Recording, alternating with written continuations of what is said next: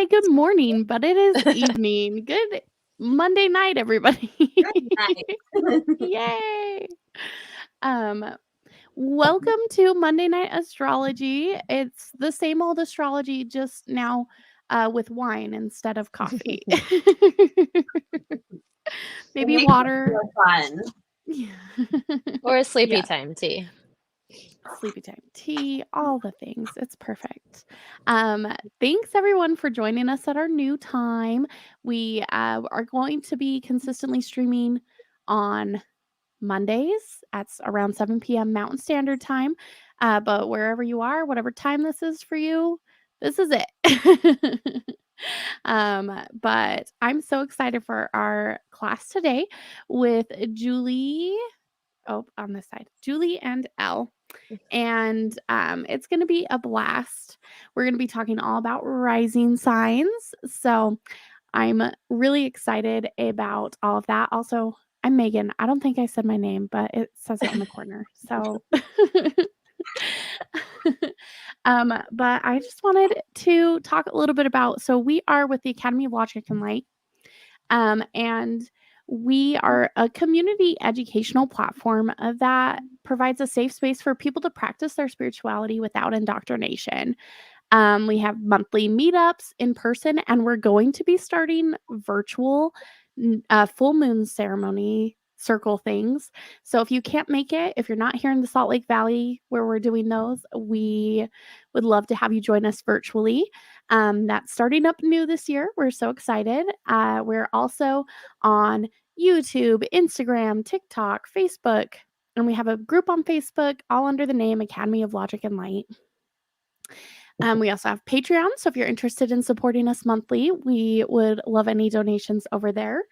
And then if you're interested in teaching with us like Elle is today and Julie, let us know. We're taking on all sorts of different classes. We have an herbology class on the way, as well as some in-person events planned, classes.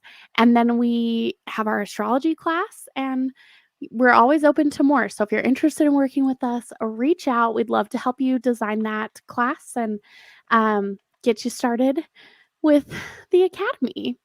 We also have a podcast. I don't know if you've heard it, called the All Podcast, ALL.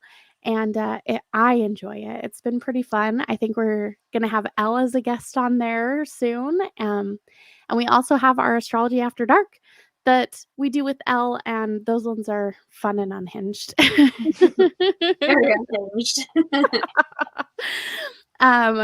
Well, thanks everybody for tuning in. If you want to go to astro.com, you can pull up your charts. And yeah, let us know where you're tuning in from. If you're also joining us with anything to drink, water, sleepy time tea, all the things. Okay, well, I'm going to roll a quick intro. Oh, I think it still says astrology and coffee, but I'm still going to roll it. And we'll worry about that later. I know. And I'll turn the time over to Julie now.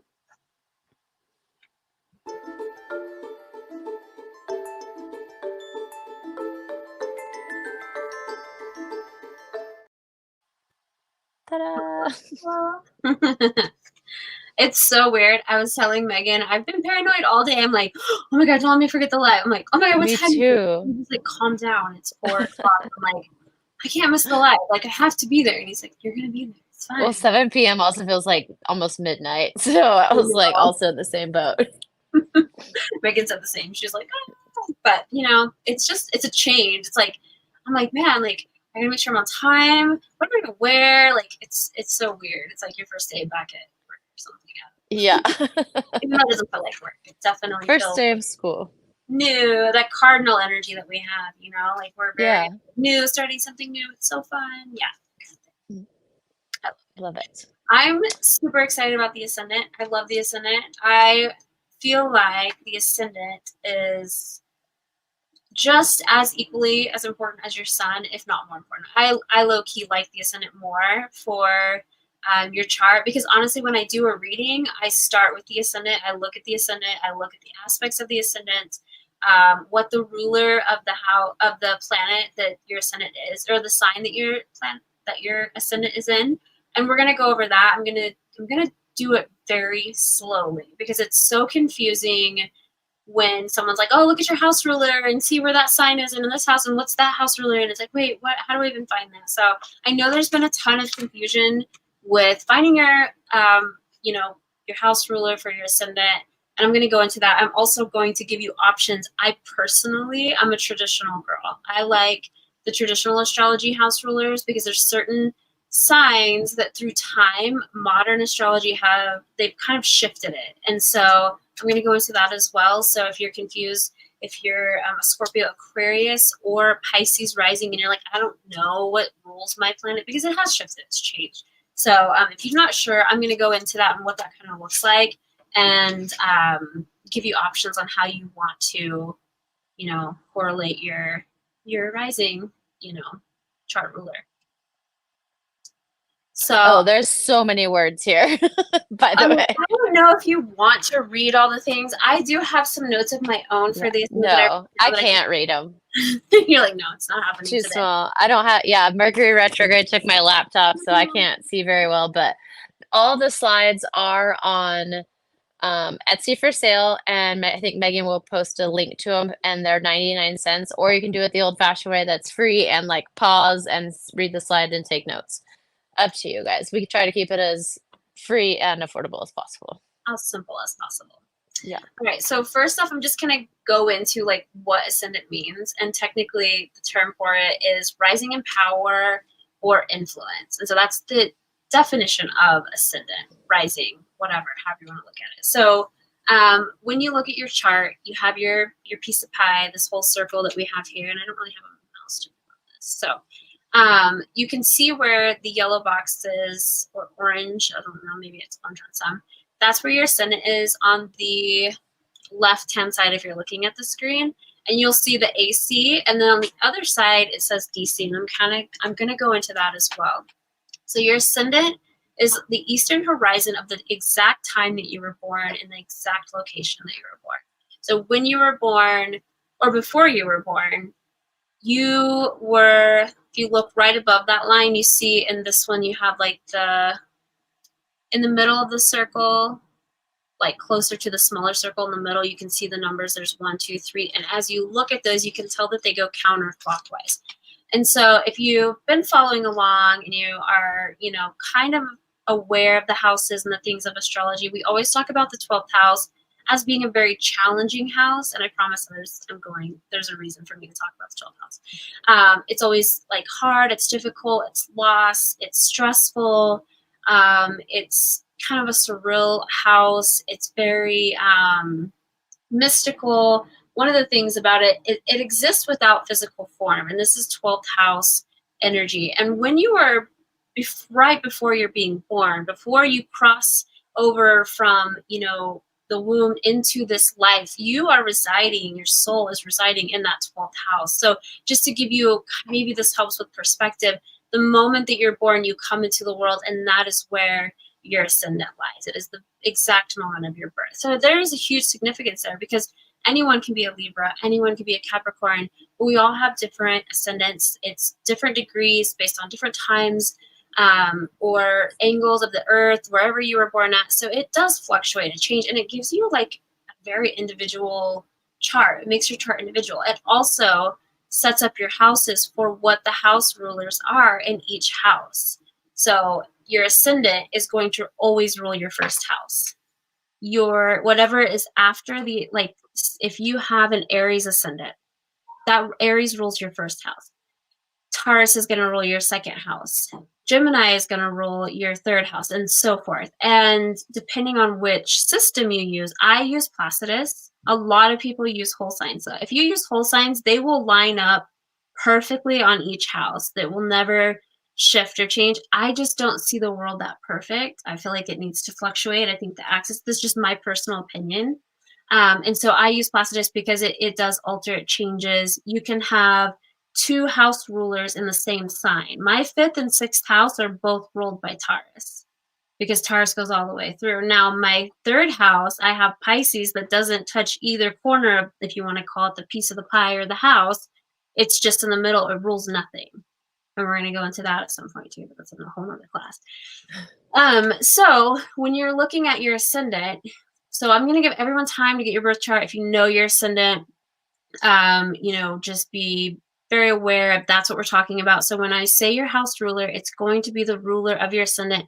And we're going to look for that in your chart and kind of help go in those ways. And that's how I'm going to kind of do this ascendant class. And the next time that we have, our next episode will be the houses and the house systems of the, like how it aspects the ascendant. And so we'll just kind of go forth there. Do you have any questions, or if anyone wants to, chime in with any questions? That was a lot of information, and I have to learn how to slow down too. So I'm going to give everybody a chance to get to your chart, find your ascendant, what the sign is, and then we're going to go through each one. Once I hit yours, you'll want to pay attention because I'm going to tell you what the house ruler is, where to find it. You're going to look for it in your chart, and that is going to be one of the biggest. It's going to be like the wheel to your life. It's the driver. It's the one that kind of flows you through life and how you navigate and how you respond to things, how you maneuver through things. So it's going to be, this one is really huge and it's a lot of information. And if you really are trying to understand astrology, you're going to want to pay attention to figure out what your rising is. So I'll give everyone a second. I'm going to take a drink because I was talking. Julie, do you have anything you want to add to all that? No, I just put the first 6 signs for this one, so we can go as slowly as we want. Nice. Okay. Yeah. Oh, I gotta get the 12 signs. I'm like, yeah, we've got plenty of time. Okay, awesome. And we don't even have to cover aspects till week 3 if we want. Like I haven't really done anything past this since Mercury has my laptop. Asshole. Also, I have a big apology. I owe you the weekly transits that are happening each week. We're going to do a little clip. So those will be coming soon. The holiday has had me, I was sick, then it was like Christmas and then New Year's, and I just really haven't made the time for it. So no worries. That will be coming soon. We'll go through each week and do a little clip on what the transits are so you know what's happening. Which is exciting. Very exciting. So fun. Okay. So if you have an Aries rising, Aries is fiery. It is fun. We've talked about Aries. We've talked about Aries a lot. We've talked about all the signs a lot. So it's, there's nothing new going on with Aries here other than it is literally how you come across to people. And it's how people perceive you. So your rising sign is your sign when you show up at a party and you're feeling yourself, right? Because there's sometimes we show up different places and you're like, okay, I don't feel great, or I got broken up with, or whatever could be happening in your universe that alters kind of who you are. So don't think about all this. Think about you in your best moment. You're happy, you're excited. You go to a party that you're really excited about. Whoever walks through that door and acts as the face of you when you're meeting people, they don't know the real you. They don't know the depth of your, intentions or who you are, but they meet you. They're meeting your ascendant. They're meeting the version of you that masks who you are. Or if your ascendant and your sun are the same, if you're an Aries sun and an Aries ascendant, there may not even be a mask. It may truly be who they meet is who they are. You meet people sometimes and you're like, damn, they were like, I met them and I thought they were this way and they were exactly how I thought they would be. It's probably some similarities between the sun and the ascendant. So it's who you show up at the party. It's who you show up at your job interview. Maybe the job interview, not as much because you're trying to perceive yourself as better than what you are. I was going to say it's like your drunk alter ego, kind of like when you let your guards down, how you present yourself, sort of, but it doesn't always work. Yes. Yeah. Or just your overall demeanor. So I met my husband in a bar. I was a bartender. He came in. He walks in, and we were talking about astrology, like a group of us or something, and he was like, what do you think my sign is? And I'm like, I don't know. Aries? He just put off an Aries energy. It's not an Aries. He's an Aries rising, though. And I'm like, he's like, no, I'm a Gemini. I was like, okay, damn, I was wrong. But then I did his chart and I was like, well, I wasn't wrong. And it's nearly impossible to really guess someone's sun sign unless they are, it's the same as their rising, or if they have like their rising in a sign that's not as obvious and their sun is maybe a little more prominent in their chart, then it's easier to guess. But it's almost very challenging to just guess someone's sun sign. You cannot guess someone's moon sign. You can't say, oh, I bet you're on this moon. I can guess a Cancer moon usually. If they're feeding the people and taking care of everyone. And that there is truth to that. But it's very rare and challenging. And it's hidden. We hide our moon. So I would say that person probably has a lot of Cancer qualities, and the moon was just maybe like really loud in their chart, and that's possible, but it is rare. But the same with the sun. It's challenging to guess someone's sun because it's not really who they show you in the first hour of meeting them, you know. So and depending on their ascendant, you know, if they have a bad day, I'm one of those people when I have a really shitty day and I go out, I have the best fucking time. Like I throw my worries. I'm a Sagittarius rising though. I gotta throw all my shit aside and I'm like, I'm here to party. What's up? Because I can brush it off like that. But some people walk in, I'm going to say like a Capricorn ascendant, they have a really rough day and that's all they can think about. And they can't let the shit go because they're pissed about something, you know, like, I mean, you can kind of tell that like that also is very, you know, it drives you. It's how you drive in life. Your ascendant drives you. So if you have an Aries rising, you're probably very outgoing, you know, friendly, maybe a little like, I don't want to say attitude, but you may not come off as like the most friendly at first because you're kind of, you got guards up, you know. Aries is kind of protected. It's kind of it's a cardinal starter sign. So it's not, they're not afraid to initiate the conversation, but they're also not like the most cheerful, like, hey, like, you know, there's boundaries. It's the god of war. There's a little like tension there. You kind of sense that within Aries. And I see it with my husband. I see it with a few people that I know. And I'm like, I see your Aries rising. Like it makes 100% sense. Like you don't come off as this bubbly, fun, friendly, energetic human. You're chill. You know, he doesn't come off as a Gemini, I'll tell you that. No. And Megan is an Aries rising.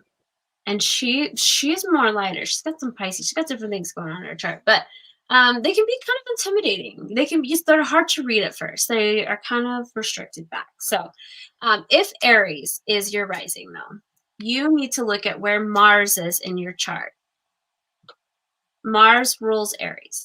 And so when you look at your chart, you find Mars, and whatever sign and whatever house that is in is a huge pivot point in your life, in your chart. And so I can use examples. Julie, what's yours? Because I don't want to. Yeah.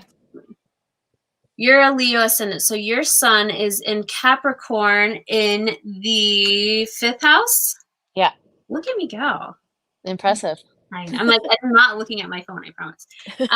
So one of the things with this, so for hers, I mean, I know we're using Leo, we're saying Leo, but you look at where it's at in the house. So for someone who has a Leo rising, which we're going to go to, you look at the sun, hers is in the 5th house and in Capricorn. So the 5th house, you're going to think, okay, 5th house is fun.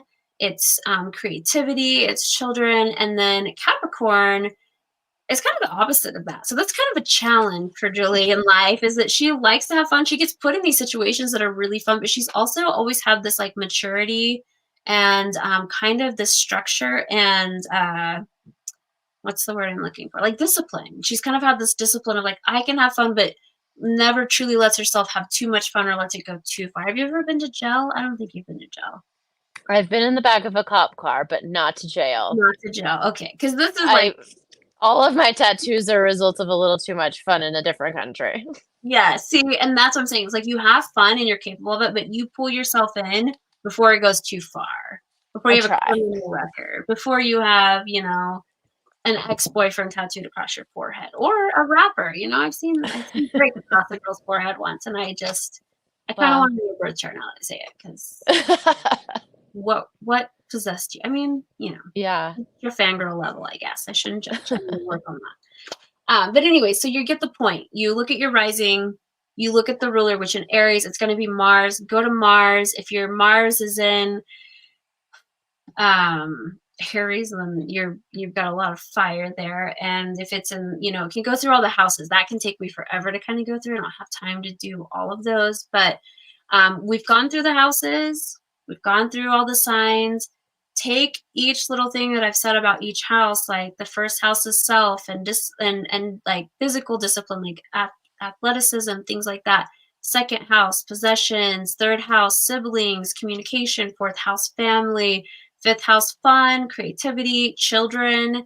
Sixth house is daily routines, health in a different way, not so much physical, but more mental. 7th house is relationships, partnerships, and contracts. 8th house is death, transformation. 9th is travel, education, higher education, philosophy. And then 10th is the career, public role. The 11th house is friendships and humanitarian energy. And the 12th house can be of sorrow, self-undoing, spirituality, though, very heavy spiritual stuff. So that's just a run through of the houses. So if you're looking at your stuff, you can think, okay, put those together with whatever the sign is and kind of go that route. And so, that cheat sheet is on our Facebook and on our TikTok for yes. screenshot. You can have this like a beautifully long screenshot of all the cheat sheets stuff.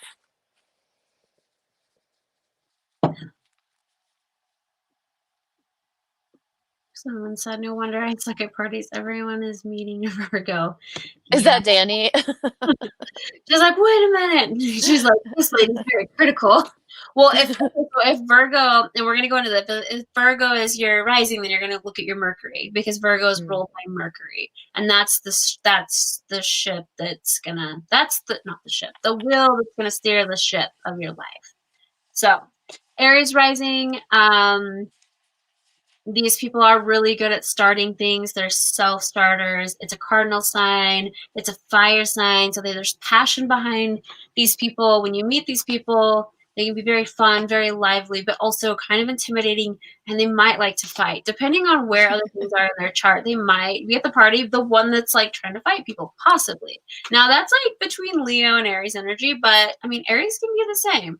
If they have a very calming other placements, it's really nice. Like maybe they have a Libra sun that really offsets that Aries rising and makes it a little more less aggravated and aggressive, and makes it more friendly and understanding the really good qualities of an Aries rising. So I think I went a long time for Aries rising. You had to explain like preliminary stuff. You're fine. Yeah. No, we're good.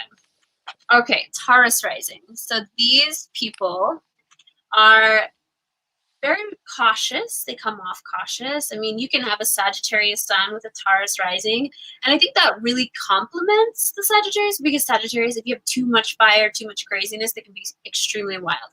A Taurus rising is going to pull back a lot. They're going to be more restrictive. They're going to be more responsible. They're going to question things. They're the ones that show up at the party and honestly are probably making sure, like, okay, no one's doing anything too crazy. No one's like spiking the punch that's not supposed to be spiked. Snacks, because we all know Tauruses love snacks. But Taurus rising, I'm not going to say is like a Taurus moon snacker, right? Like they're just for the party, probably snacking and drinking just for more of like socializing and being a part of something than really like a Taurus moon, because we all know Taurus moons love their snacks. But if you have a Taurus rising, you need to look at your Venus.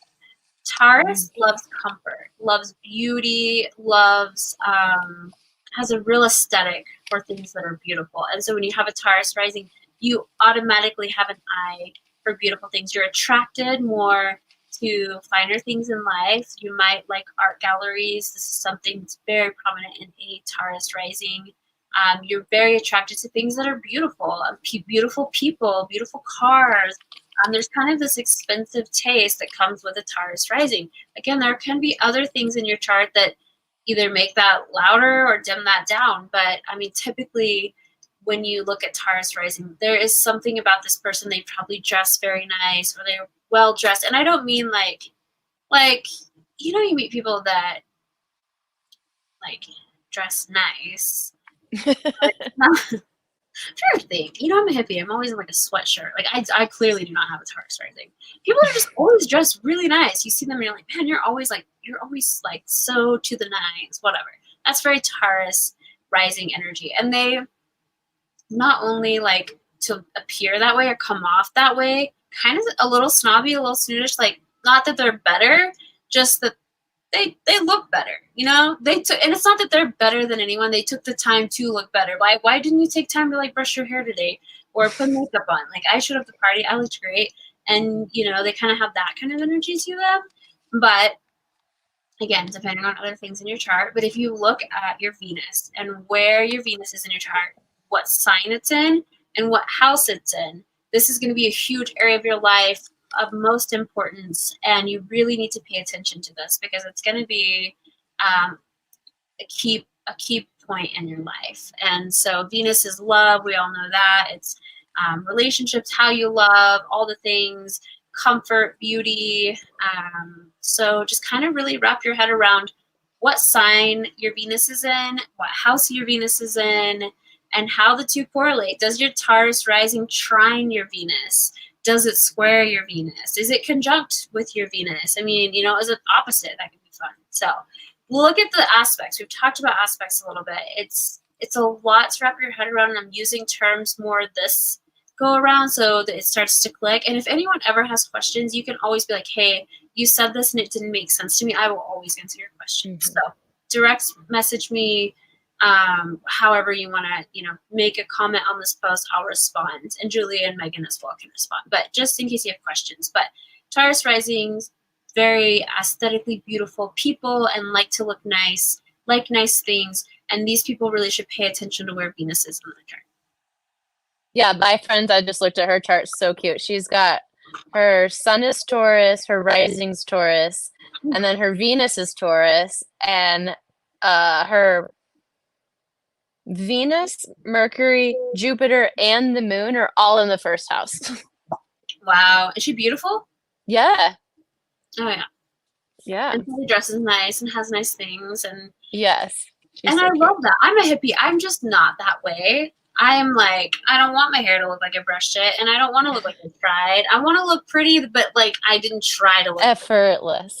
Yeah, that's exactly what I want. And so, yeah. And yeah, but those people tend to be very extra with it, and I admire all my friends are like that. I have the bougiest friends. Like all my friends dress super nice. They're super fancy. I've never understood it because I attract like fancy bougie ass friends. I just do, and I love them, and we get along. But I'm not I love that. fancy bougie. So, what's next? Gemini. This is like kind of blinding me. All right, Gemini risings. So these people are, you get to the party, okay? I'm using a party as an example because, it's New Year's. It just fits the theme, right? You were all at a party last night. Let's be real. You get to the everyone was kind of, right? New Year's? Yeah. I mean, even myself, I was at a party. I didn't stay till midnight, but I was at a party. So Gemini rising, they show up. They are like the chatty chat, talking to everyone, mingling, socializing. Gemini is social, and they're mutable, so they're changeable. They get in there and they're open to talking to anyone. They have the capability to talk to everyone. They're just the social butterflies of the party. Very fun, very charismatic. They're witty, so they're smart. They might talk a little shit because Geminis, they like a little banter, especially if there's an Aries involved. Gemini and Aries banter, there's nothing like it. There's really not. They love to banter with each other, and I love that. So when you have a Gemini rising, you definitely have this way about you when you show up places that you can communicate to anyone, you can talk to anyone, you feel comfortable doing it. It's almost like second nature for you. You're not one that's like, and again, depending on what your other placements in your chart, because you can have other heavy placements, but typically a Gemini rising is someone that goes to the party and is a well communicator. They can speak or they can give speech. Ding, ding, ding, toast. That's probably Gemini rising. They want to, whatever the occasion is, be the person that talks about it. They also might be setting up like IT things around the party or helping fix like screens or, things that might go haywire because Mercury, retrogrades itself fucking all the time. So they're just the ones there to fix it. And, we can all appreciate that, especially us who are not good at IT. I love someone who knows how to fix my shit. I'm like, hey, this is being weird. Can you fix it? They fix it. And I'm like, you are a witch, a magic IT witch, and I appreciate it always. So if you have a Gemini rising, you are going to look at your Mercury, where your Mercury is in your chart and which house it's in. That is going to be a huge part of your life. And so I'll give you a minute to find that, and I'm going to throw like a wrench in there. I'm going to throw like an aspect wrench in there. We're going to talk about an orb. We've never talked about orbs. Ooh. So if you have a Mercury in a house or an orb that is close with the sun or the ascendant within orb, and that's 5 degrees within. Like if you have a 14-degree Mercury and a 14-degree sun, and your rising is in Gemini, you need to really dive into that. And I know that was probably a lot. But when you look at your circle, you have numbers next to the sign, and it's going to say 0 through 29. It's not going to be any outside of that. If there's an outside of that, you're looking at the wrong numbers or something's weird on your thing. But 0 through 29 will never exceed or be less than 0. There's never going to be a negative. If you have a planet in your chart that is the same degree and or within 5 degrees, 8 degrees, like different astrologers depending on what type of astrology you're looking at, that is a huge significance, especially if it's within the same orb of your ascendant and your Mercury. So pay attention to that. We're eventually going to get into all of that with the orbs and the aspects, but I'm just trying to throw some things in there that might be beneficial and helpful for you to connect your whole chart so that you can ultimately what we're trying to do with this podcast or this live, it's not a podcast, is to help you look at your chart, be able to read it and look at other people's charts because it's very helpful to have. So fun fact with the Gemini Mercury energy there, look at the orbs, look at the numbers. If they match, figure out what's connecting them. There's a huge connection there if they match, and if they're within aspect of some aspect, whether it's a square, trine, conjunction, opposition, it's going to be of some importance, and you need to pay attention to that.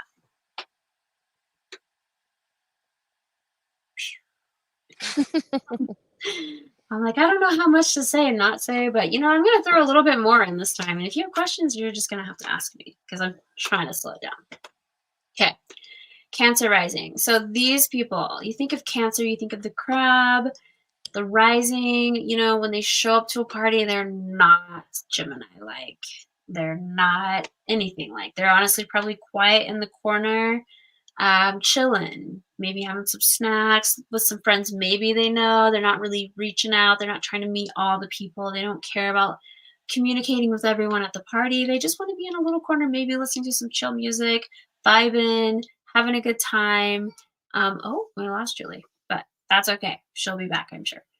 So if you are a Cancer rising, you need to look at the moon in your chart. So this one is going to be really big correlation between your rising and your moon because Cancer is ruled by the moon. So look at what your moon sign is and look at the house that it's in because there's going to be a huge significance there. So I knew she'd be back.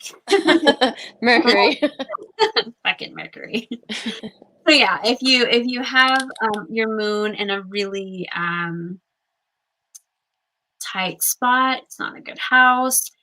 This rising can, how you come across people can be either you can come off as very sweet and kind and very Cancer-like, or maybe a little more like resentful or reserved. So it kind of depends on what aspects you got going on here, because Cancers can be very temperamental, and they also they feel a lot. This is an intuitive placement, and so it's hard when you show up to a party to not feel everyone's emotions and not feel and be yourself, but you're feeling all these things. So that's something to keep in mind if you have a Cancer rising friend, and a lot of Cancer placements. So anytime you have a friend with a lot of water placements, just try to be understanding of the fact that there could be a lot of things coming their way that they're feeling emotion-wise at a big event with a lot of people. It could be overstimulating for them. So watch out for your water friends because they can get overwhelmed. That's why they like to be in the room, in the little dark corner, listening to the music. They're not being snobs.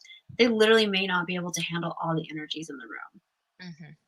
So, and that's all I got for the Cancer. And then check out our Empaths and Boundaries podcasts, just as a cross point reference. Yes. Any tips and tricks for those Empath. parts of you? Yes.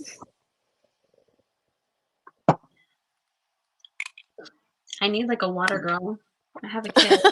He's not very far. A hydro flask for live streams. I know. I'm gonna have to go bigger next time.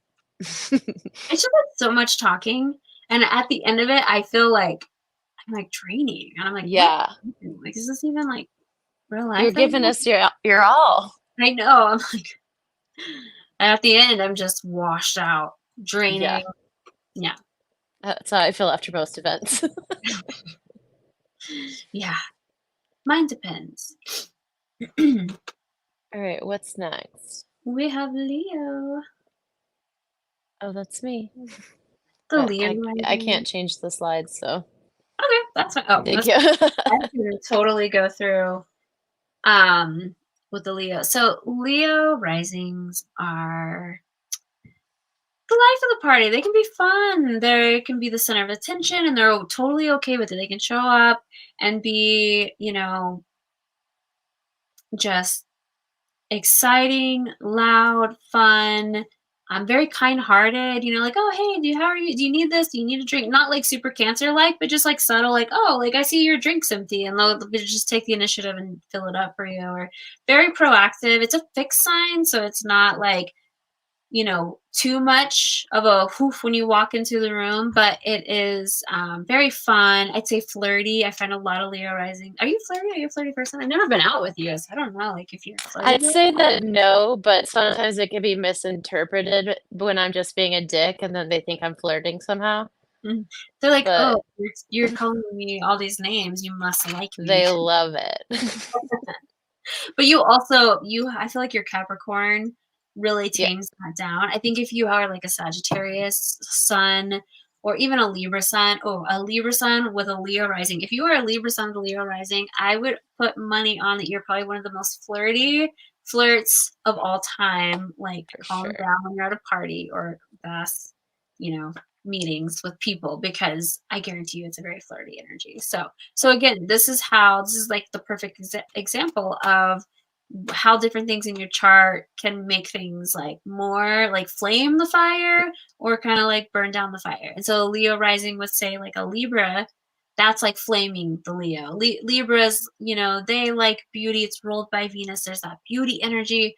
And then you have Leo, who loves to be looked at and loves to be, the center of attention. You combine those two, you've got yourself a whole situation at a party that's like loud and fun and beautiful and loves to just be admired. Whereas you have someone with a Capricorn sun and a Leo rising, it's not quite as like extreme or loud or like, look at me, I'm so beautiful kind of energy. It's more like, even with Libra in my top 3, it's still not like that. yeah, but it's your but mood. I can. Yeah, it's your I mood just don't. too. Yeah. It's like, but I mean, a Leo rising can be the life of the party. They can be very fun. They can be very show-offy. Again, it depends on other things in your chart, but I mean, typically a Leo rising likes to be the center of attention. They want everyone to see them. They do like to be the life of the party, and you should have seen my makeup last night and the hair. It was big. Oh my God. It was all big. Yes, and the aesthetics of a Leo, right? Like your hair is one of the fluffiest, the biggest hairs, and you wear a lot of red too. I feel like. Yes, I do. I feel like I see you in red more than anything. So, I mean, that's just kind of the Leo energy, how you come across. I honestly, for a Leo woman, I have found this in my studies. Leo women are so well put together, and they really don't put up with bullshit. And you kind of do put off that vibe, but it's hard to tell if that's your Leo, rising energy or your Capricorn, because they both kind of go hand in hand. They're very similar. Yeah. And so, I think of Leo rising as masculine showing up at the party with like a gold chain and like arrogant attitude, whereas the woman shows up more put together, calming. Why are you talking to me? Like, kind of. I got a gold chain or 2. Do you? I do. There is a Leo rising in there. I knew it. I'm like, you just have to catch me on the right day, man. But I did notice like multiple years in a row for my birthday, it was always red, which is just funny. I was like, okay, well, oh well. It's the fire ascendant, I tell you. Yeah. I love it. Yeah, but Leo rising, again, go to your sun. I kind of used you as an example. Your sun is in the 5th house. It's in Capricorn. So, Capricorn is going to give it its own energy of responsible, disciplined, work hard.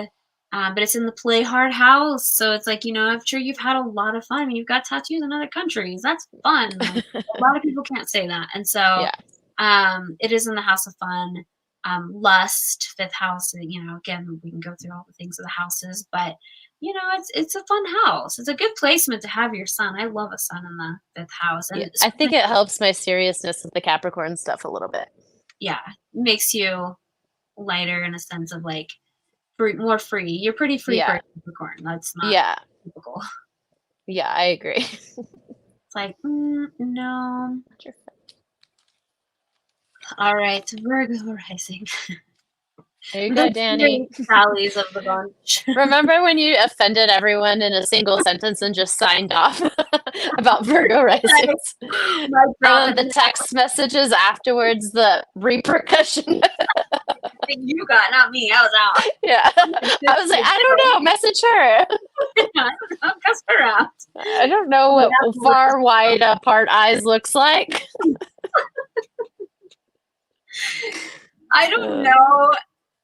I mean, I just meant that what I was experiencing in the moment was I was meeting a lot of Virgo risings with their eyes just not super close to each other. I guess I shouldn't have said super far apart. They just, you meet some people with eyes that are close together. These people, theirs were not close together. They weren't like weirdly far apart, but there was some space. I'm just saying there was space there. Every rising has a look, and we could go in. I was going to ask you, yeah. Yeah. Can we just do the 6 for this that we're covering? No, we can go through and like talk about their looks and who's dainty and who's more. Aries is going to be broad. They're going to be bigger. Taurus is sometimes a little thicker because Taurus risings, they tend to just hold weight differently. I think I'm always trying to like make my butt bigger. That's like the goal for me. I'm not a Taurus rising, but they hold weight. They can be a little thicker. Gemini risings, thin, skinny, typically just, more skinny. If you think about it, the energy also that the risings hold, like Taurus is more laid back and more chill. I'm not going to say lazy, but they are a work smarter, not harder kind of energy. Whereas Aries and Gemini are more active. They're more going. They're like a lot of moving, a lot of, so it makes sense. Aries is typically more broad because of the muscular, because of the, God of War type of body structure, ultimately. And then, Gemini is just always busy. So I think they eat like crazy and then they just are skinny. And then Cancer is, again, going to be a lot of Cancer risings tend to be just hold weight differently, more like a Taurus. Like, not saying that they're heavier set, but it might be harder for them to lose weight, or they might be, hey, sorry. No, my cat's scratching my couch. Sorry, why are you scratching the couch? But again, they can be shorter, typically Cancer risings. They tend to be just, bigger boned. And then Leos, kind of the same with like, fire signs in general tend to be more bulky. Leos can be, for the men, I always think of like bigger, muscular. The women just fit because, again, in fire, they're moving. It's a lot of energy. They're not, even though it's a fixed sign, it's just not like a Taurus or a Cancer. It's still a lot of movement, still a lot of going. They're busy, and that is just, a typical body work that keeps them fit. And not even slender. They can be, like you see some people that are just like a little bigger, but they're muscular. Like that could be Leo energy too. So, and that depends on other things in your chart, but that's just the overall. And you can go through like Aries wear a lot of red initially. Leos wear a lot of red. Taurus is going to be more earthy, and they're going to be very fancy and dress very nice. Gemini is probably not going to make sense at all on how they dress, and it's going to be weird, and they love that. Cancer is going to be very homely, like probably a cardigan, tucked in over. Practical. Very practical. You never know when you're going to be cold. And then Leo is probably very flashy, very red, very shiny. Which can confirm. And then that brings us into Virgo. I mean, Virgos are practical. They're very responsible. They dress very nice. They like organization. They like things to be clean. So you will not see a Virgo rising with a messy shirt ever. You will not see them with wrinkly clothes. You will not see them looking like a bum. That's more my style. Not Virgo. Virgo risings, absolutely not. They like to look organized. They like to be structured. They are, it just makes them feel good. It makes them feel put together. Because honestly, if you think about it, Virgos with their mental can be very straining because they're always thinking. It's ruled by Mercury. We're going to go into where you look at Mercury in this one. But, they're always thinking, they're always comparing, or like they have this take charge leadership mentality, especially a Virgo rising, that, it's stressful. It's stressful to lead people. It's stressful. And it can be like a situation that they weren't even meant to be put in to lead. They could be, in a circumstance where something happens and they have to be like, everyone over here, a tornado or something, like just getting everyone together to the right place. And, this is that kind of energy. So they tend to be kind of slender as well, because of there's like this stress driven anxiety for them, because that's kind of like their drive is like to make sure that things are perfect, and that can wear on you. And so a lot of Virgo risings, I would say, very skinny. This isn't like a good aging placement, so do your skincare routine, make sure that you're Danny, are you sure you're a Virgo rising? I wish we have the time. We literally just talked about it earlier today. Are not far apart. And you just like, see, there's other things in the chart that can also indicate, your style and how you are. But most Virgo risings are going to be very well put together, and they're going to have a plan for their day. They view things, very organized. They don't like messy people coming into their life. They like structured people. They're the people at the party that are tidying up, like, oh, okay, this is out of place, and this is out. You've seen them. Oh yeah. Cleaning up at the party. Those are Earth sign risings, 1000%. So, yeah, that's. And Virgo rising people are beautiful. I'm not saying they're not. I need to look up some, because I think like Blake Lively's one. Also Virgo rising. I can't see. I know we can't see your names. I'm so sorry, because our Facebook comes through, but it just says also a Virgo rising. Yeah, we just see Facebook user, and can you guys see how we see it? Yeah. Kayla is yes, and she's a Taurus. Oh my gosh, this girl, I did her chart, an amazing chart. Earth Sun, Earth Moon, Earth Rising. And I can tell she's really put together. She's got her shit together. She's a Taurus Sun, Capricorn Moon, Virgo Rising. And she, I would say is probably, as far as I know, every time I've seen her, she's been dressed really nice. She always looks great. Her daughter always looks great. I see her family pictures on Facebook, all look great. Like they all look so well put together. And I'm like, there could be her chart with the Taurus and the Capricorn. There's so much going on there with her having things, look a certain way. But again, that Virgo rising is strong there, and she likes things look nice. And I would say she is a perfectionist through and through. Homeless at home is always fine. I guarantee you may look homeless, but I bet you're not in a dirty shirt or dirty pants or dirty socks. Like, I know people that sit around in their clothes for a couple of days, and I guarantee you that is not you. I'm definitely in that phase. Well, Libra, Sun, and Leo rising. Yeah, it's fine. But I did look hot yesterday, so it's all that matters. That's all that matters. Balance, I like to call it. It's key. It is key. So if you have a Virgo rising, so this will be for everyone out there, Virgo risings, look at Mercury in your chart, because Virgo is ruled by Mercury, and look at what house it's in. That's going to be a huge significance of your life. And I know I keep saying that with each sign. It's repetitive, I get it, but you really need to look at that and see how you're communicating. Because, some people are like, oh, I keep messing up the things that I'm trying to say. Like, if you think of a writer, like a writer has to have good communication, or they have to be able to convey words onto a piece of paper to make a living. Like, that's literally what their job is. And so if you're like, if that's something, and it's not, I'm pretty sure not what she does, but maybe she's a writer. I didn't get to that point of her chart, but it's, you have to be able to have a way about writing things or saying things. And if there's a huge disadvantage in your chart that's not aspecting in a positive way, or there's something that you have to evolve through, that can be very challenging for someone with a Virgo rising. So communication, that's what Mercury is communication, how you speak, how you think. look at the house that it's in and look at the, the sign that it's in. And that could be a really good thing, or it could be a part of your life that you really have to work to evolve and progress out of. What's the 11th house again? I always forget. Yeah, it's friendships and like humanitarian things, like groups, things of that such.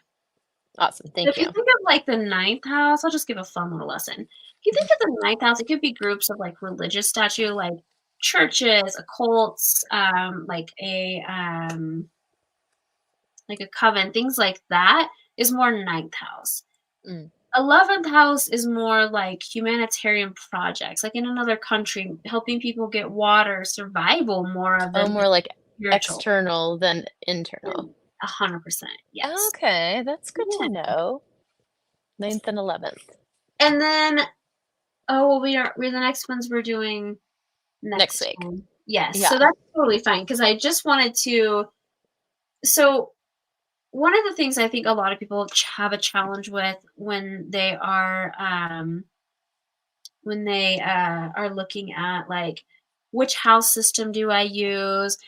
Is it traditional or is it modern? I mean, I think modern has its really amazing perks because the earth has shifted. It's not the same as it was traditionally. So I see that point of view.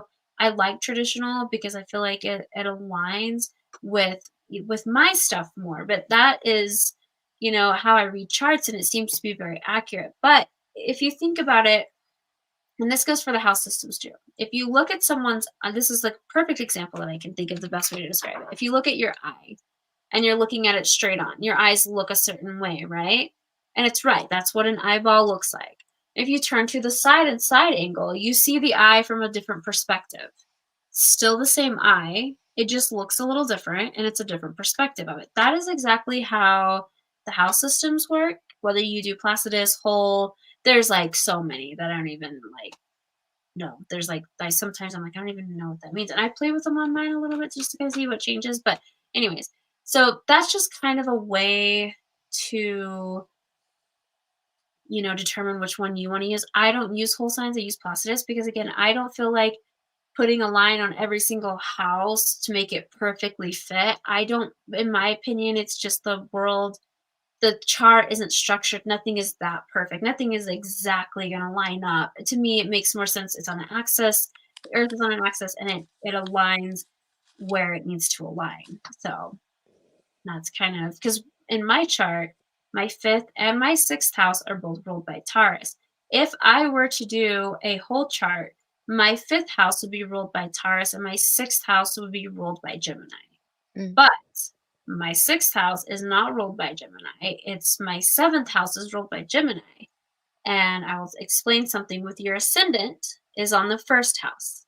It's the eastern horizon. It's the time that you're born. The descendant, when you look at your chart, is completely on the opposite side. That is what you look for in a relationship. The first one is personal. The 7th house ruler is a representation of how you look at your relationships. Mine, ironically, is in Gemini. So, and my husband is a Gemini. So it's kind of like the things. And I do look for qualities. Like, say, of course I've dated men that weren't Geminis, but I do like fun, free, lighthearted, people that can communicate, people that I can sit and have 12-hour long conversations. Those things are really important to me. So, it doesn't necessarily have to be that they have to be a Gemini, but those are qualities and things that I look for in relationships. So, just a fun fact, that's kind of the opposite of the ascendant. It's on the opposite side of the circle, and it is how you look for relationships or things you look for in relationships. It can tell you a lot about your relationship, so keep that in mind too. That's actually funny because mine's an Aquarius, and I love weirdos. Like, it's one of my favorite qualities. Yes. I like a unique person. You have to be different to enter my realm. Yeah. Is the Aries Gemini banter the reason Kate and I keep fighting about best ever? Yes, because you guys have it. It's so fun and light, and it's easy. Like, it doesn't ever get like too much. It's like the Gemini is chill, the Aries is chill, because for an Aries sometimes you can pop off and someone can piss you off real quick, but not the Gemini Aries, because they're both like lighthearted and fun. They keep that energy. They I feel make very good, nice board meetings. yes. I feel like I am I mean, you can be bullies. It can be bullies. I was just about to say I cannot banter with Aries because I always end up pissing them off. I don't mean to, but it's like I think that like what I'm saying, I'm trying to make it a joke, but they take it very serious. And I don't know if it's because we're polarities and we're total opposites. But every time I'm like, and my husband just looks at me and I'm like, what? It was funny. He's like, no, that wasn't funny. I'm like, then why? You could have said the same thing and it would have been funny. But because I said it wasn't funny, he's like, no, it was rude. I'm like, It's because you're a woman. I don't know how to banter. No, but that's the thing. I'm just kidding. Oh, I know. The same like energy. It's me. I'm the problem. Me and Aries trying to banter. I don't even go there anymore. Especially with my sister. She's an Aries. Love her. We get along great. But man, if we try to banter, I'm always hurting her feelings. And I'm like, you say the meanest shit to me. How come I'm the one hurting your feelings? Never did it. That's funny. Sometimes the scariest, loudest ones are the most sensitive. Yeah. Aries Sun Pisces Moon, man. Yeah. She is the goddess warrior crybaby. I call her. She will take on the world, but man, she's gonna cry about it later. I promise you that. That's hilarious. Best heart ever. I am very excited about finishing up next week and all the fun things that are coming. And there was one more thing I was going to add. Oh, I put the highs and the lows of, wow, I can't even talk anymore, of the rising signs of part 1, and it's on Elle's Copper Market Astrology page and my Barefoot Philosophy page. So don't shoot the messenger because I got it from a book. I didn't invent them. Some of them are kind of mean. Are they? I like when I read the like old school things about the signs, and it's like a shrewd whore. I'm like, oh, Jesus. Yo, Like, the word shrewd has come up the most in astrology. I'm like, wow. Yeah. But yeah, it's fun. It's entertaining. But if you take things personally, I don't recommend it for you because yeah, it's pretty mine well was out pretty there. bad. Libra was pretty bad, and I'm pretty sure Pisces was pretty bad. I gotta find it. It was pretty much like go kill yourself. I was like, wow. Oh wow. It was pretty intense, and I don't even know what it was. It was a newspaper article or something. Oh, that's harsh. harsh. Though I feel like I'm like, man, and it made no sense because like we're not both the same element. We're not the same, anything. I'm just like Pisces and Libra, man. Somebody got their feelings hurt. I was gonna say ex-girlfriend, boyfriend. Yeah, somebody was mad. Oh well, what are you gonna do? Well, thank you, Elle. Thank you, Megan. Thank you, everyone watching, and we will be back. See you next Monday. Just doesn't really have the same ring to it, but it's fine. We'll be back Monday. Yeah, we'll find a catchphrase. There'll be one. We're a little behind, but next week we should have the transits for the week, so that'll be a fun little clip that you guys can see what's going on during the week. And for those of you that are new to transits, we're just going to be saying what it's going through, so you're going to have to take your chart and figure out where it's transiting so you can be an astrology expert too. Yes, you can tell all your friends, do not go on that date. It's going to be awful. Or go to an interview. You're going to get any job you want. Those are fun facts, things to have, to just have the knowings. Exactly. I love it. Well, all right, well, you too. See you next Monday. Bye.